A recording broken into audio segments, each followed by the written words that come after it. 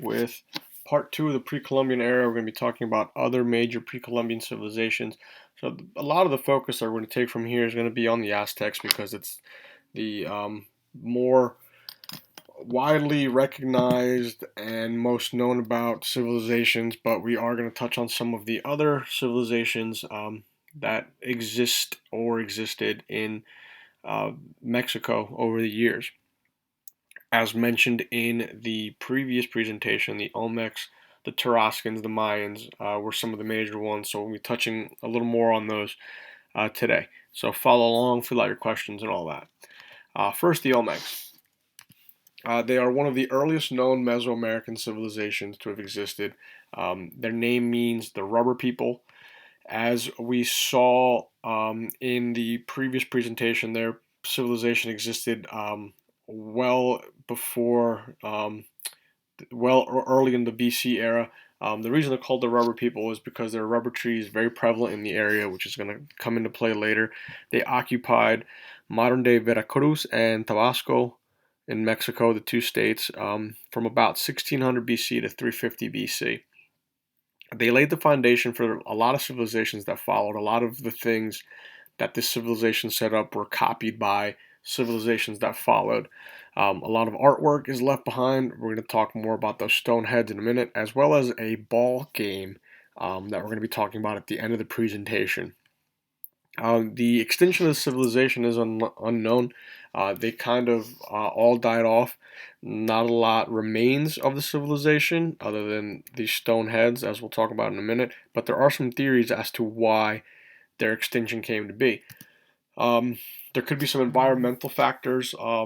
During this era, there was a lot of movement in the tectonic plates in the earth, which could have led to the rise of different types of physical environments, such as mountains and valleys, where there weren't mountains and valleys before. And while this is kind of a slow process, if you think about how long this civilization was around, these factors over the years could have altered the terrain of where they lived, thus leading them to extinction. Think about a civilization that has been rooted in an area for this long.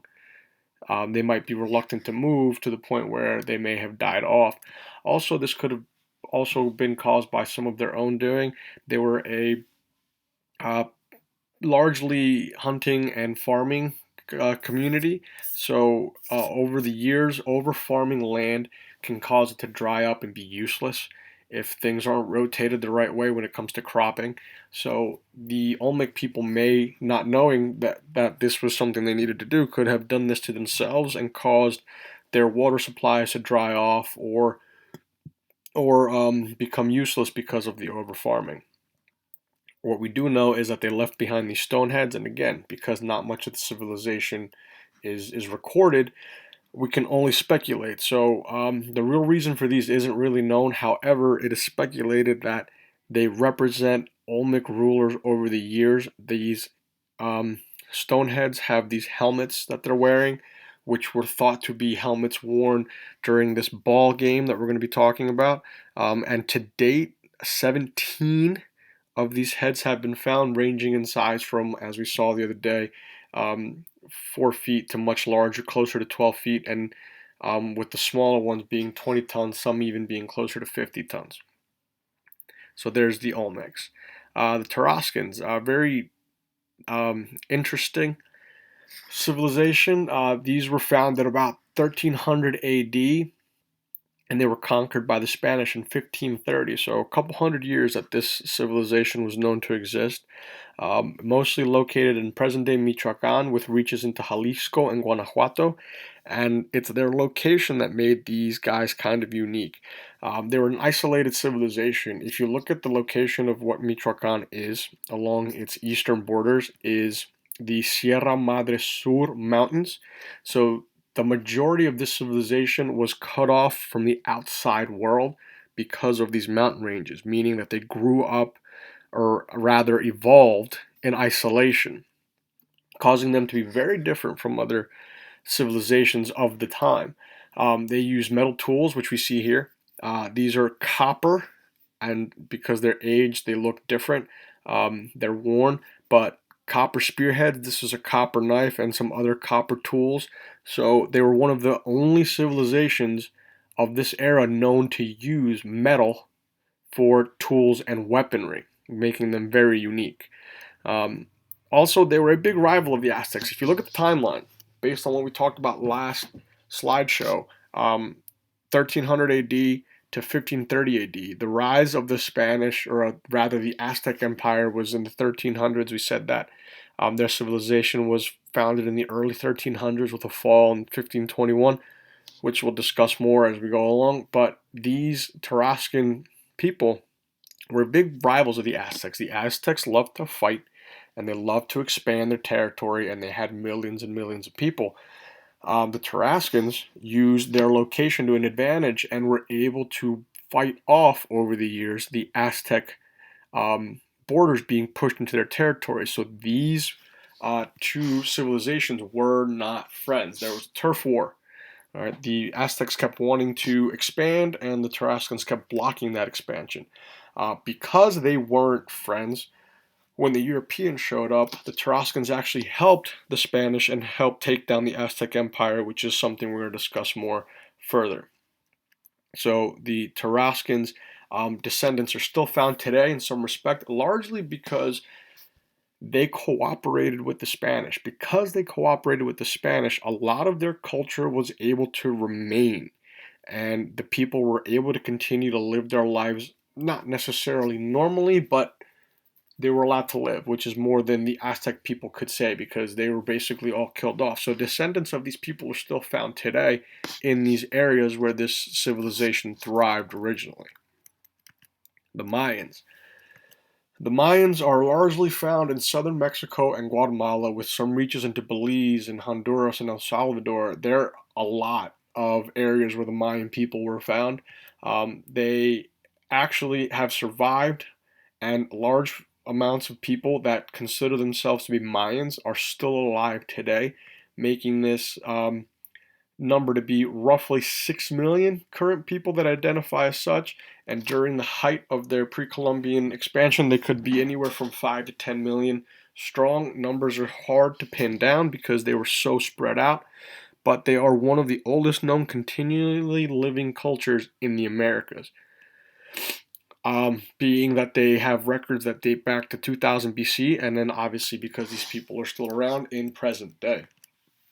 They survived likely because they were so spread out. There were so many of them, and their territory was so large that when the Spanish conquistadors came in and were focused mostly on Mexico, the Mayan people who were found in Central America were able to kind of still live their life and do their thing over the years and continue to regrow their numbers after the Spanish invasion of the Americas.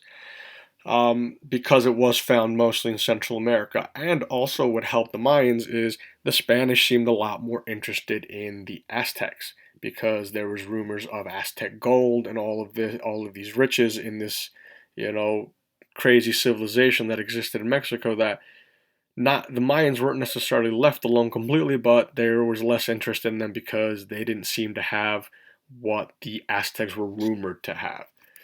So that kind of helped out the Mayans. Now, this Mesoamerican ball game that we brought up with the Olmecs, there's this ancient game that was around over hundreds and thousands of years that exists in Central and South America.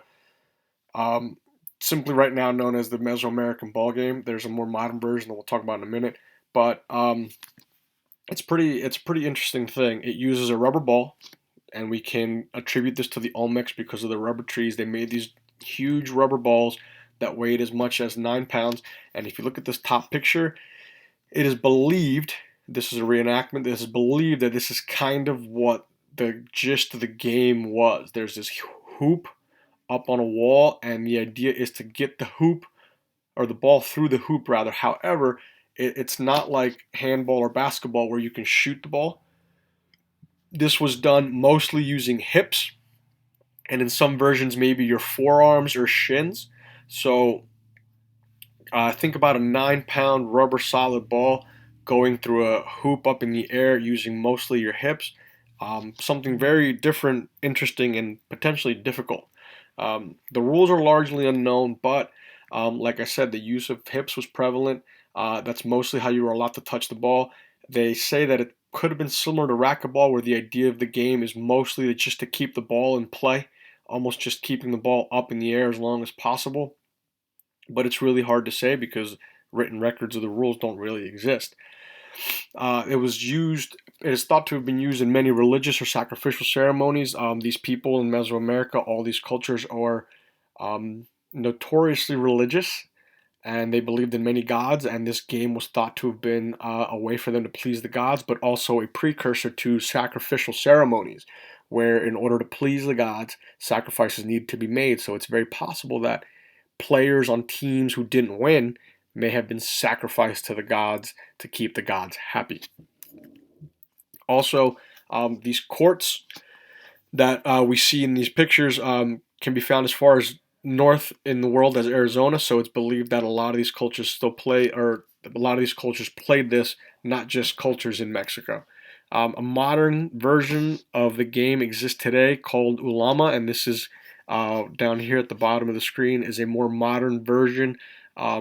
This guy's wearing more what is thought to have been traditional um, uniform, I guess, of when this game was around, but the game does exist today, and it is, a little safer than what this other game may have been, and it's not used to really sacrifice anybody, so it's helpful. And also, this game does come up in a scene in the Disney movie Road to El Dorado. I'll include a clip if you want to watch it with the assignment.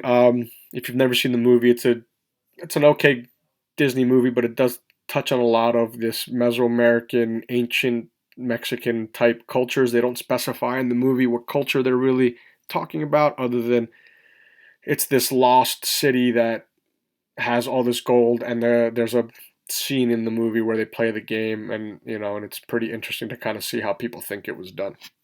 So I'll link that there. So again, just make sure you are doing your questions and handing this stuff in, and we'll continue to pick up on this stuff later on.